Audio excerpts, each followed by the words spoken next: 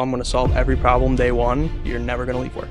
Working 6 in the morning to 10 p.m. at night. Oh my And God. so what's the hours like? And my manager told me, well, you go home when the job's done. That's not what I signed up for. Or so, I mean, like, life happens. You're not here just to work. When you're looking for companies, it's not just are they willing to hire you, but are you willing to work for them? AI is going to take over every job. I don't think that's going to be the case. Does the company even respect me? Right. Are you a number to them, or are you an employee? Are you a person? When you're out of work, make sure you're enjoying the life part. Do you think the industry is changing to support better work-life balance?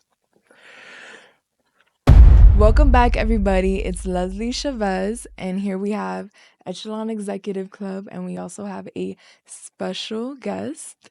We have Joshua Jezerowski here. This is a Alfred State alum, and he's here and we're just going to be talking about work-life balance. So, tell the audience a little bit about yourself and your connections to Alfred State. Okay. So Joshua Jezerowski graduated in 2022, and then now I went on to work in one of the local manufacturing companies in the area, and been doing that for about 3 years. And yeah. Okay, tell us more. Where are you from? What Oh are yeah. things that you like?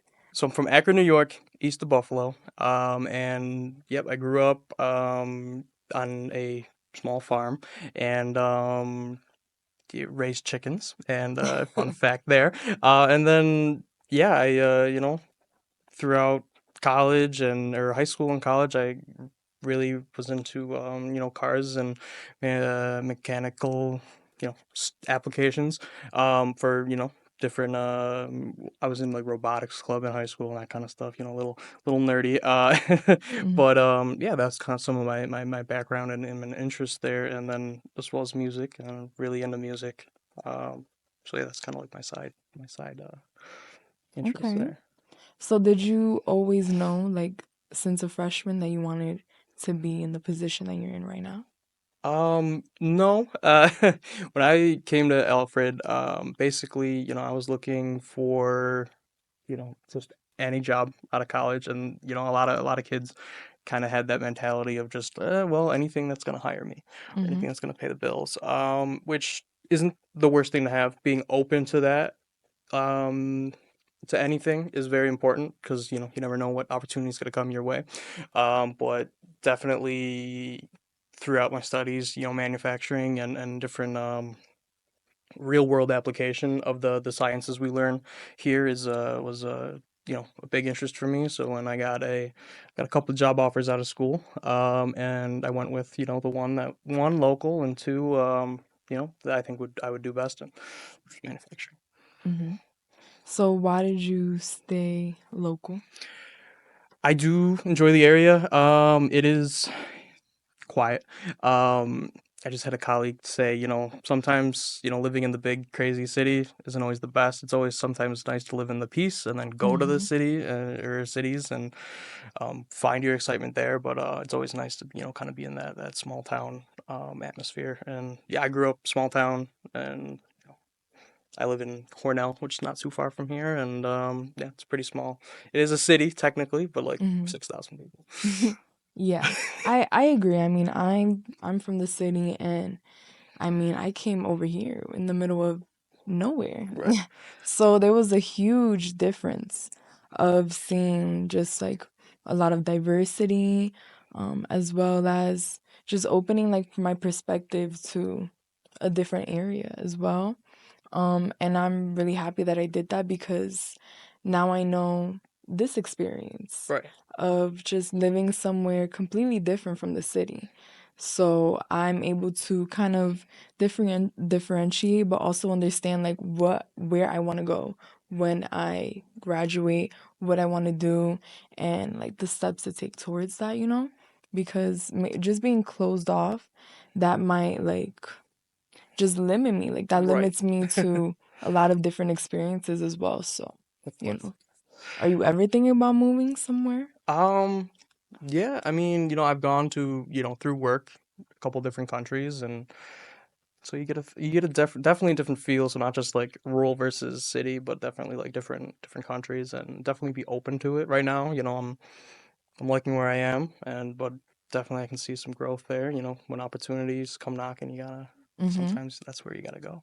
So, what countries have you been to? Please tell us. So nothing crazy. A couple years ago, I went to Germany for a week or so, Mm-hmm. and then Canada, which I went to Quebec, so Mm-hmm. not Ontario, which is what most people think of. Toronto, that area, but Montreal is where I went, and yeah, French Canada, very different from the rest of Canada. Yeah, I've heard. Um, yeah, but that's very even like because we drove through Ontario to get to Montreal, and even just the culture change within that country is huge. So and then from the U.S. to there is just Mm-hmm. massive changes. I mean, mostly language. They're still human. We still do a Mm-hmm. lot of the same stuff, but they're just the nuances there are exciting enough to at least explore. Mm-hmm. Mm-hmm. So, let's get into the topic. Why is work balance an important topic for engineers? So it's definitely important for any discipline, but definitely engineering. For the engineers or engineers to be listening, um, you're going to get invested in your projects, and you're going to want to. We're by nature, we're problem solvers, Mm-hmm. and depending on where you work and what field you're in, projects are not day tasks. Currently, the project I'm working on, it started 2 3 years ago, and it's going to go for the next probably 5 6 years. Oh, So wow. these are potentially just years, decades in the making, and so you're not going to solve every problem. If you go in with that mindset of I'm going to solve every problem day one, you're never going to leave work. You're always going to be at work, and you're gonna tire yourself out. So it's always definitely it's needed to pace yourself Mm-hmm. um, throughout your career and your activities there. So, what are like specific problems? Like, because I don't know, I want to know more about like engineers and what they do in general Yeah. and like the differences between like them. So a little background in the area I am. I'm not gonna name the company because they Mm-hmm. told me not to. But I work for rail manufacturing, so we build trains. And Oh, that's cool. and then my current role is a process engineer. So we are our task right now. So the train we haven't actually built any of them. I'm working on. Mm-hmm. We're just working with the design engineers, and basically my job is to see can we actually build what you're designing. Mm-hmm. Um, and that's not always the case. So everyone has great ideas, and when you're working with 50 plus people, everyone's ideas aren't going to line up. So it's kind of my job to make sure that the ideas that are going to stick do work with each other. So it's a lot of like integrating and blending ideas together to give the best solution for our Mm-hmm. customer. So, basically, what you're talking about is kind of like team building and just kind of getting everybody like on the same page Yeah, it for one thing. definitely aligning, and then the actual. So that's a big chunk is just aligning the different groups of people that are working on different tasks to the same topic, and then the process part of my job is basically okay, we've created this wonderful design. How are we actually going to get from step A, step B, all the way to Z, and make sure that this works? And then obviously at the end, it's cost effective and makes the company money. And um, yeah. So it's a lot of politics, a lot of talking to different people and seeing a lot of different experiences. So yeah, that's it's kind of fun. Okay, that's interesting. Okay, now I completely understand what you do. So Thank you for that because I was kind of confused. So next question would be, what does a typical day look like for you as a process engineer? All right, so every day looks different. So it's going to be a hard question, and it also depends on I'm not doing like I said, these projects they take 9 years, 10 years, a long periods of time, and depending on where we are in the project, it's going to look different. But today, like I said, we're working with different design sites in Mexico, Canada, all over France.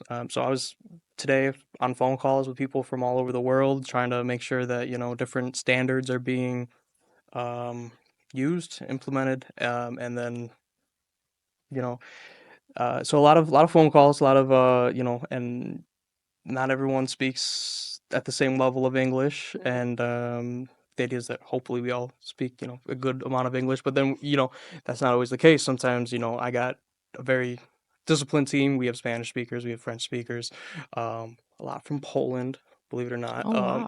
Okay. Um, and so just communication is huge. And so, I spend a lot of time on phone calls with different sites and different, all working toward the same goal. And then other parts are I basically write. I guess the best way to describe for the viewers is if you've ever built any furniture, like IKEA kind of thing, I Mhm. write those instructions just on Oh, the very okay. big scale. Mhm. How to, because uh, what we need to do is at the end of the day, someone's got to build this. And typically, blue collar workers with varying level of just literacy and that kind of stuff. So we have to, our standard is sixth grade. We have to explain what we're doing to the level of like a sixth grader. Mhm. Um, Obviously these people can be fresh out of high school, they can be 50 years old, but again and some of them been doing this for 40 years, and they know what they're doing, and then some don't. So just technical communication is that's the main aspect of my job. And yeah, that's a big chunk of what I do every day, is just writing instructions and breaking down ideas to the common level, common language. Okay. So you work how many hours a day? Like, and um then for weekly. so and this is funny. Not funny. It's a very interesting question. So, in actually, depending on what site you're working for in my company, you'll either be hourly or salary. So I'm salary. So on paper, I work 40 hours a week, eight hours a day. Mhm. Um, Sometimes, depending on um, where we are in the project, what's going on, what problems we're facing, that might increase. Um, in the past, I've worked with, you know, we had an audit coming up, and we needed to make sure that our customer came in and everything was, all of our dots, all of our I's were dotted and T's were crossed. And the day before, I found out this was happening, and they weren't. We weren't at the level we needed to be. So I ended up working from like 6 in the morning to 10 p.m. at night. So like, Oh my and gosh, that again, sounds so salary. scary. After that 8 hours, you stop getting paid.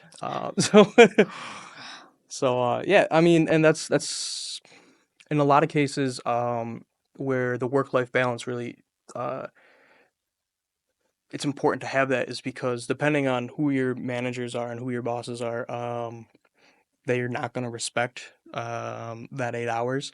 They're Mhm. going to give you work, and the more you sometimes, depending on the needs of the project, if they can get 12 hours out of you every day, they're going to get 12 hours out of you every day. That's the expectation you set if you go along with that. So it's important to set those boundaries, definitely, well, in the beginning, and definitely when you do first get to a job, Mhm. understand what the expectations of you are. So, like, if they're expecting, 8 hours in the office, but if work's not done, 4 hours at home, it's important to understand that. And then maybe if that's not what your lifestyle is, and that's not what your lifestyle you want to be, maybe that's not the job for you. So definitely in your interviews going in, having that expectation, it's definitely big. And then I have a colleague who, and I don't want to throw shade, but like, he would get into that habit of, okay, I want to work 10, 12 hours a day because I want to get caught up on stuff. And Mhm. then people saw that and then took advantage of it, of, oh, this is a really hardworking guy, Mhm. let's Oh, mhm. throw him more work because Yeah. he's doing a really good job. But like, and then next thing he knows, he's working Saturday, Sundays, 12 hours a day, 70 hours a week. And half the time, some people are appreciative, some people are just like, well, that's what your job is, isn't it? Yeah. And they take advantage of that.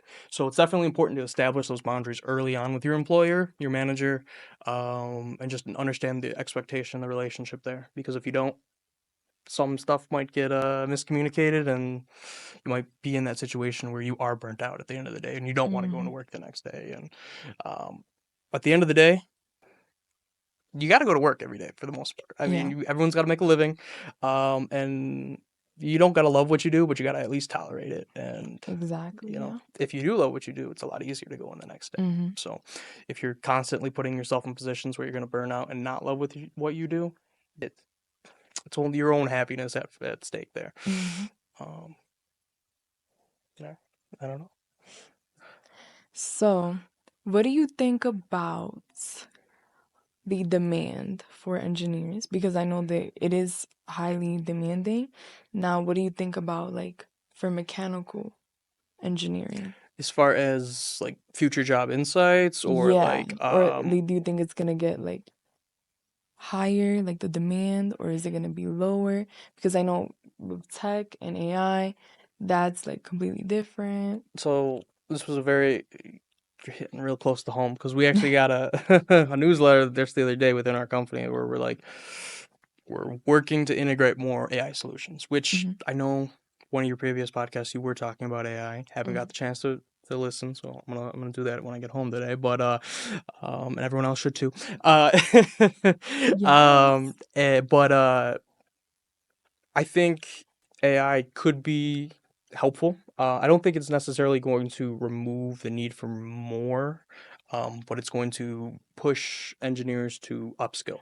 So a lot of times, Mm. a lot of stuff I do, it's a lot of like administrative work. I'm doing a lot of like I'm filling out documents, and it's very boring and it's clerical work.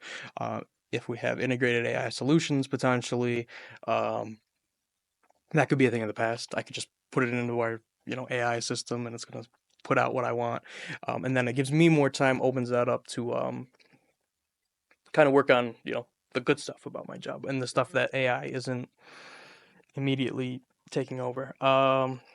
They say AI is going to take over every job. I don't think that's going to be the case because at the end of the day, a lot of times, that hands-on experience is what sets humans and AI apart. But Hmm. I think definitely depending on the industry. Yeah, engineers are going to be needed. They've been needed, and it's not going to look the same as it did 20, 50 years ago. And that just it's going to force both colleges and just the individuals to start learning new skills that these companies are needing. Um, so yeah, the college program's evolving, and hopefully, Alfred State is on that path of getting our engineers to where they need to go, and be useful in the fields that they are. So did you feel like Alfred State set you up for success? Um, yes.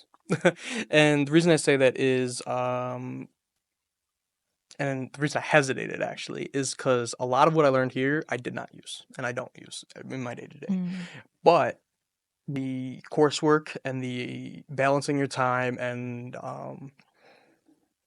having that problem solving mindset that is developed throughout the courses. Like you can check everything, you can use AI ChatGPT to Mhm. get all your answers, but if you're not developing those skills behind how to get the answers and having that mindset and that tenacity development, you're going to be in trouble in the real world because you're not always going to be able to rely on a computer system or something to do your work for you. Mhm. And yeah, so that aspect, and the actual skills needed to pass my classes, that's what developed. So a lot of the work that I did in class, it's not applicable, but the skills that I needed to succeed in the class and I had to develop on the side, definitely.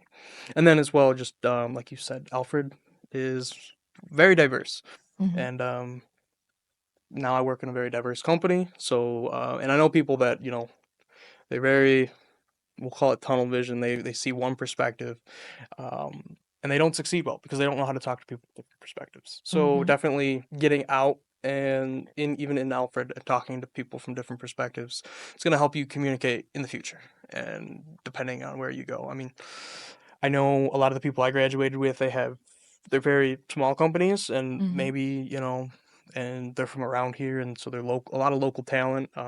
So they might not need to understand or be able to communicate with people from different countries or that kind of stuff. But there's definitely jobs out there that, it's a skill in your back pocket, and once you learn it, it's gonna be there, and you never know when you need Okay. So I wanted to ask, what do you do for fun? it. Apart from work, work, work, what do you do for fun? So I do a lot of cooking. So like that's like, and obviously, I hear that answer and or people hear that answer and they're kind of like it's not fun. But like, That is well, fun. depending on I who, like cooking I too. don't know. I have some colleagues and stuff where they eat like the same thing every week Oh yeah, and that's the same boring. every day. I know one guy he's eating the same food every day. He's at Meal, such a no, that's the meal prep. yes. And so it's a task for him. But for Mm-hmm. me, I got, cookbooks, recipe books on TikTok on food tech, learning different recipes and then, having fun with that and you know, so cooking, that's what I like to do for fun a lot. What was your favorite food? Um And then what's your favorite thing to cook? Because those are two different I things. mean they might be the same in this Really? case. Um so one thing I've been working on is I've been working on a recipe for birria tacos. So Mm-hmm. very, very Latin or and Spanish and yeah, it's slow cooked. Are you're familiar? Yeah, 3 to 4 hours. Yeah. So it's very, very long time consuming process and you can't it's not like a crock pot meal you can just forget about. You need to check on it every well, like 20, 30 minutes you gotta check on it. But yeah, that one's up there. Um one that I've seen on TikTok and I've tried it a couple times and it's actually pretty good. It's called a chicken parm crunch wrap. Yeah, What's yeah. that?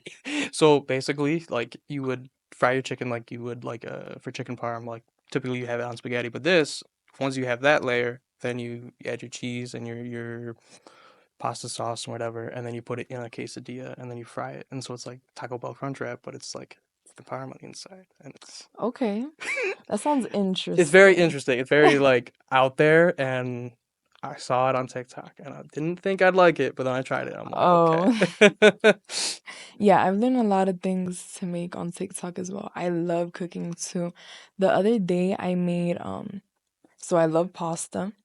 I was at Wegmans and I saw that they had this like egg noodle pasta, which is basically like the noodles of the pasta is made from like eggs. So they have like a different texture as well. And then they were like thick fettuccine noodles. Okay. So think Thought I knew about where like you were going. fettuccine Did not know where noodles, you were but they're going. thicker. So they're called tagliatelle, and they come in like spirals, like in little spirals. Really interesting, really good. So I made like my own base, which was kind of like a mix of Alfredo with um red sauce. So kind of like it looked orange, but I've had that. I've made it. I like to call it pink really good. sauce because white, red Mm-hmm, mm-hmm, put mm-hmm. together. But yeah. And then I made chicken parm on top of it. Okay. So good. Oh my gosh, so good, so good, so good. But yeah, But yeah, really interesting. cooking, and it's something that you do every day because you got to eat. So Mm-hmm. like it's one of those hobbies and things I do for fun that I've integrated kind of into my work life balance where it's like, I could have a hard day at work, 8, 9, 10 hours a day, and then I go home and it's like, well, I gotta eat. I might as well have fun Mm-hmm. in that process. So, Yeah. um, yeah, that's definitely part of work-life balance is integrating your hobbies into your day somehow, Mm-hmm. because like you gotta have that reason to, you know, want to go do that thing, Right. or because I've definitely had hobbies where it's like, well, I gotta set aside like 6 hours on a weekend, and it's hard to, something might come up, and then I don't do that hobby for like 2, 3 months, and then it's like, is that even my hobby anymore? Mm-hmm. But with cooking, it's like, well, I gotta do it every day. So that's kind of my thought process behind it. All right. Now we're moving to the next question, which is, well, we kind of already answered this, but if you want to answer, What are the biggest challenges in balancing work and personal life in your field? Yeah. We kind of touched base on it, but having that definitely in engineering and then a lot of stuff like no one likes going home at the end of the day with a problem not solved. Mm-hmm. It's on their mind. Sometimes, I go to sleep and I think about probably problems at work, and that's the point where maybe I should take a day off. Yeah. But if I'm sleeping or if I'm dreaming about it, but definitely again setting those boundaries early on in your career. Now, not even your career, but your every job, or even if you have like a new manager come in, set those expectations or understand the expectations, set those boundaries. Um, Something I did not do in the beginning, and I'm getting a lot better at it now. Um, but like my first day, I'm like, okay, so what's the hours like? And my manager told me, well, you go home when the job's done. I'm like, that's not what I signed up for. Yeah. And then yeah, we came to a schedule and an agreement, and then we figured it out from there. But yeah, definitely um firm boundaries in the beginning with your boss, and you might have that really really dedicated boss where that is their life.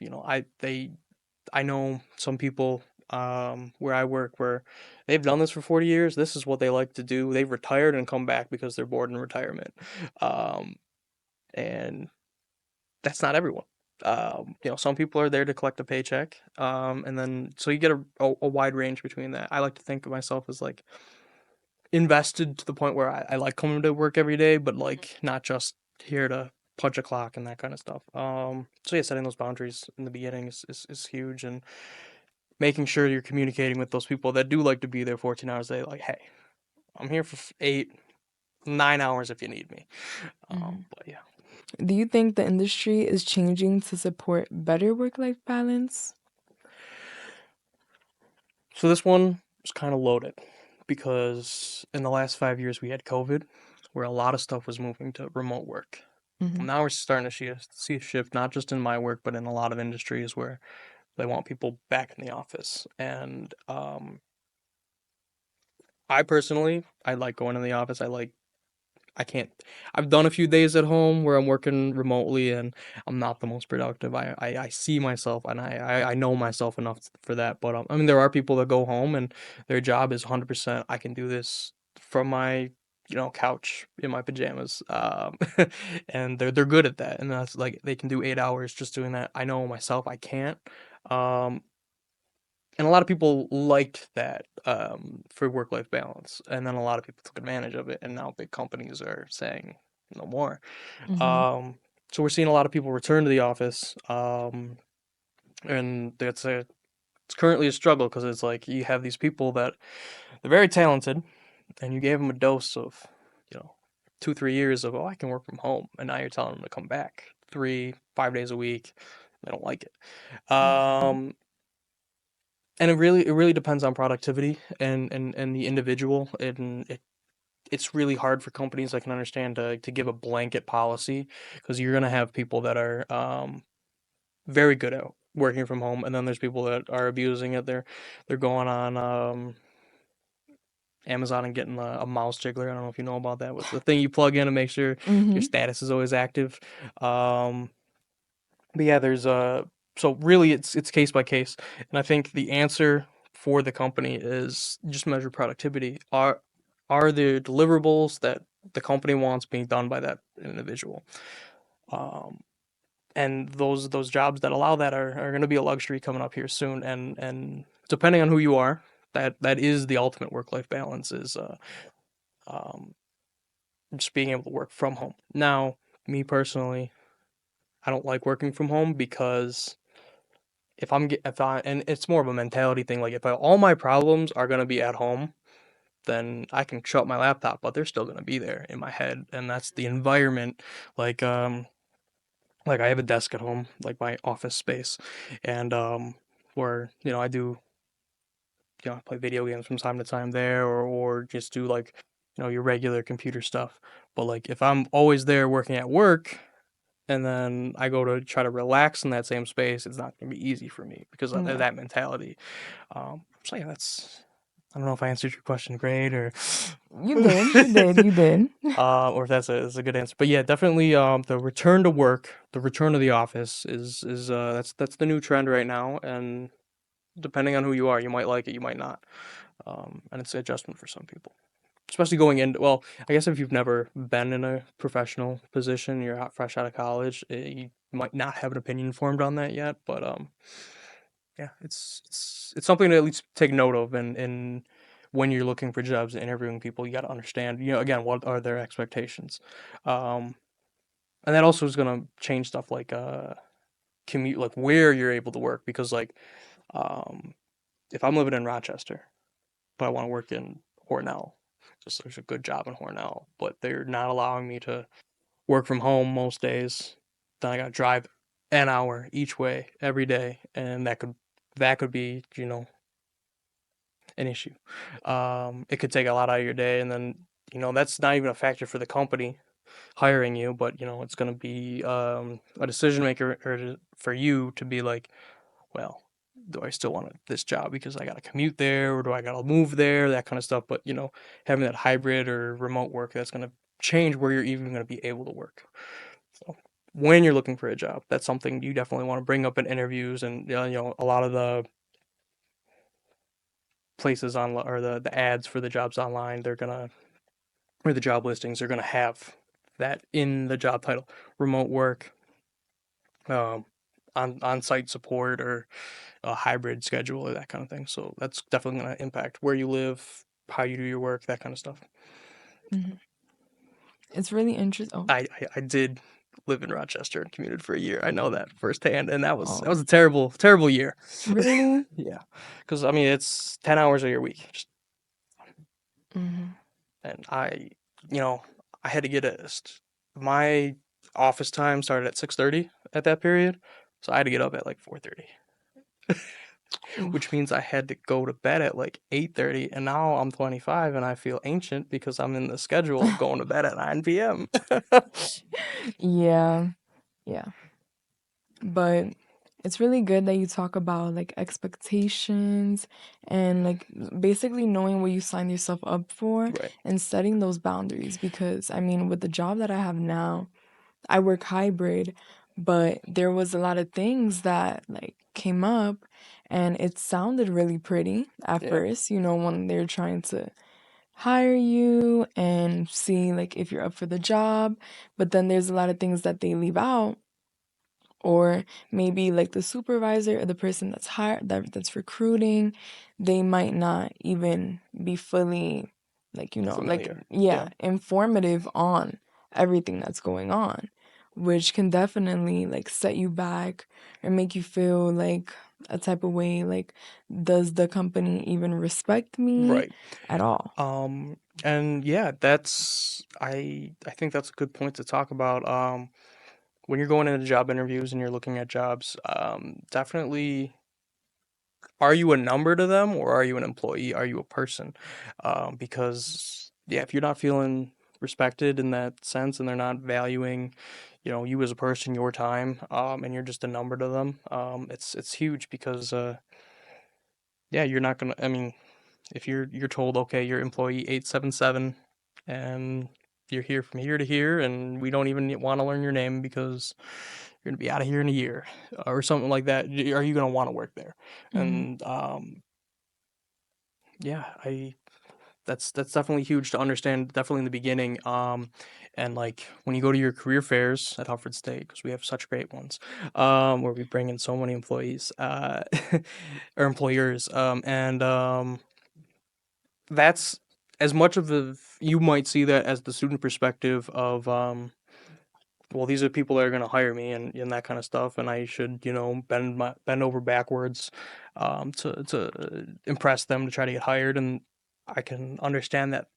I was here 3 years ago doing that, and I can understand that line of thought. But you're just as important to the company, or if you work at a good company, you're just as important to the company as they are to you. I think, because yes, they're going to be paying your bills essentially, but uh, if they're not going to respect your time, it's going to be it's going to be a rocky relationship. So yeah, when you're looking at jobs and the career fair, some companies go to just as an advertisement to the students of like, hey, this could be this great opportunity for you. Not just we're looking for you, but are you looking for us, kind of thing, Hmm. and just having that presence. So does your job offer any like incentives, benefits that you enjoy? Um, so as we touched on earlier, just my job, one of the perks is sometimes you got to travel, and as draining as it could be because you're there, depending on what you're doing, you could be working 12, 14 hours a day, wherever you're going, but like travel to different countries. I'm going to be traveling to more hopefully, and that's a good perk. And then just in general, we've spoke on maybe a lot of the negatives and what could be out there, but you could find that company and that department or that team where, you know, hey, I'm not feeling good this day. I need the day off, and they don't question it. Hmm. They're not calling you every 3 hours like, hey, I need something done, blah blah blah. Uh, so me personally, my team, they're great. They if I have something come up, I have a colleague who just had a newborn. He's got to go take her to an appointment. He's got to step out for 30 minutes. They don't. They just say, okay, make it up. We know you got your task. You know what you got to do. We're not gonna hold you to it. That's another good part about being salary. It's one of the Hmm. perks of being salary employee is ideally, as long as you're getting your work done, they don't bat an eye. What hours you're working. Hmm. Um, but yeah, just depending on where you're working, that's something you got to understand as well as just like how the flexibility in hours. I mean, like life happens. You're not here just to work. Stuff comes up. You have a family. You have other obligations outside of work. That comes up, and that you deal with that. Um, and then there are just companies that are very rigid, and where they're like, you have to be here or you're getting written up, kind of stuff. And when you're looking for companies, it's not just again, it's not just are they willing to hire you, but are you willing to work for them? Hmm. And that's a deciding factor. Hmm. And definitely, if you don't do that, you're gonna feel those consequences, and you're gonna find a job. You're gonna switch to a different job probably sooner than you Hmm. Did you guys hear that? expect. Um, so what do you think about like women in engineering? Like, do you have a lot of women in your team? So, and the longer it takes for me to answer this question, it's gonna look worse on me. But Well, not really, because I mean, that's okay. I mean, um, you can I have think a time to think. yeah. One, it's great. I mean, that's my blanket statement. It's great. The more women are getting involved, and in STEM in general, and in engineering, they offer different perspectives. Like it's a male dominated field, and we know that. There are definitely some challenges. We just had a couple Alfred State and university graduates join our team, and within the last year and a half, that are women, and they are good. They're good employees. They're good. They're good engineers. Like right out the bat. Um, and again, there's good male employees, but there's also bad male engineers right out the gate. But yeah, just there's a different mindset, and when you're trying to come up with solutions to complex problems, you need that different mindset. So it's again that diversity is huge, because you know we recruit people from different countries, different backgrounds, and because of that we're stronger. And it's the simple answer. um yeah. I agree. I agree. So now we're moving on to our rapid fire questions. So these are just going to be quick questions that you answer fast. Okay.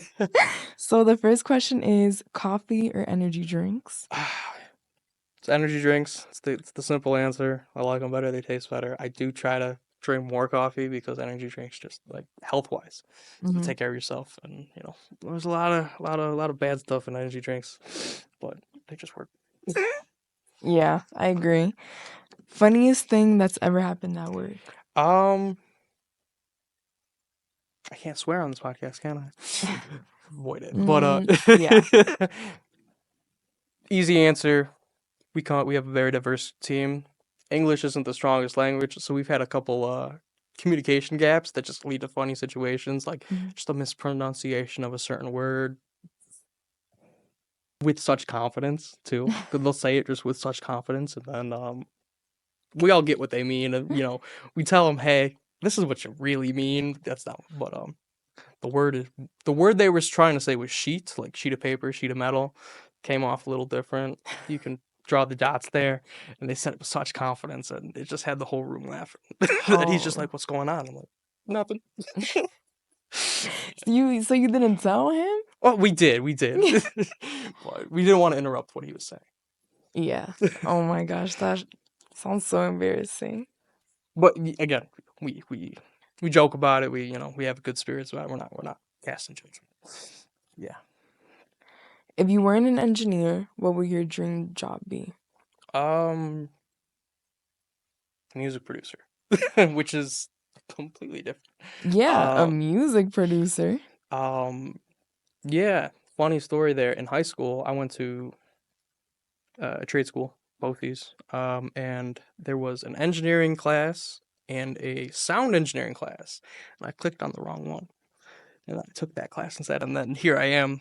8 years later, but like I was trying to become a music producer in high school, and No way. That's crazy. turns out I was good at the other. So this is fine, but I fell in love with it, so it's no big deal. But I have been in the last couple months actually been getting into that, and, trying to learn. I'm not ready to put my music out there, but it is fun even just to play around with and just a small side projects, and yeah, so that's a very competitive industry, and I'll probably never break into it, but it's always fun to take a shot at stuff. Of course, and try new Or things. chef, but there's no money there. Well, I don't want to say that for our What? culinary people. It's also a very rough industry to get to make good money on, and restaurant business is no laughing Mhm. matter. Next question. If you could invent a gadget to instantly boost your work-life balance, what would it be? They might have this. It's an alarm clock that tells you to go home for the day. But I don't know if I could like teleport from work to home and just like press a button. But I think that would kind of working in a transportation field. I think that kind of takes me out of a job. Yeah, But yeah, I don't know. But yeah, I'm hoping AI helps. In all seriousness, with actually focusing on the good stuff and not so much the bad stuff, and allows more people to have work life balance. Mhm. So, two last questions. What is your final advice for young engineers? Um, get out of your dorm room. Get out, talk to people from different backgrounds, surround yourself with people that you wouldn't typically surround yourself with. Because depending on where you're going, um, if you're very uncomfortable around different types of people, whether it's different backgrounds, religion, ethnicity, um, that's not going to help you. You know, Mm-hmm. the world's a huge place, and you need to get out into it. Yeah. And then my other, as far as work life balance, is when you're out of work, make sure you're enjoying the life part. Do stuff that you do like to do. Don't just I wouldn't, they talk about doom scrolling on TikTok and you'll spend 3-4 hours a night doing that. Well, if you're living just to go to work and then do almost nothing when you leave, you're not gonna feel very accomplished in Mm-hmm. other aspects of your life. So yeah, go out, live your life actually when you're not working.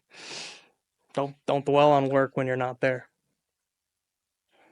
And that's something I struggle with, but it's something you got to be knowledgeable about. Mm-hmm. So, where can listeners follow your work? So I am on LinkedIn. You can just try to guess at my name, because it is long and complicated. But yeah, I'm on LinkedIn. I don't talk a ton about work, but sometimes when I do see posts about stuff I'm doing, I do. I don't know, my not TikTok, LinkedIn banner or banter of I worked on this project. It's cool. Like it, celebrate it, comment on it. I don't know. But yeah, I'm on LinkedIn, and yeah. on Instagram too, but like that's only when I like post like travel pictures and stuff. Send me more places. Hopefully, I'll post more there. Uh, Well, thank you so much thank you for for having me. coming. We really appreciate everything that you had to say and just advice for not just engineers, but Right. also people in different fields and learning about getting out there and putting yourself out there. Right. I know this is like your first like Yeah, this podcast thing, definitely. so it's kind of hard to like break into that. So it shows like, your courage and just like Yeah. putting that time out there and doing that. Well, thank you for having me. No problem. So, with that being said, we will be ending our podcast and tune into our next one. Goodbye.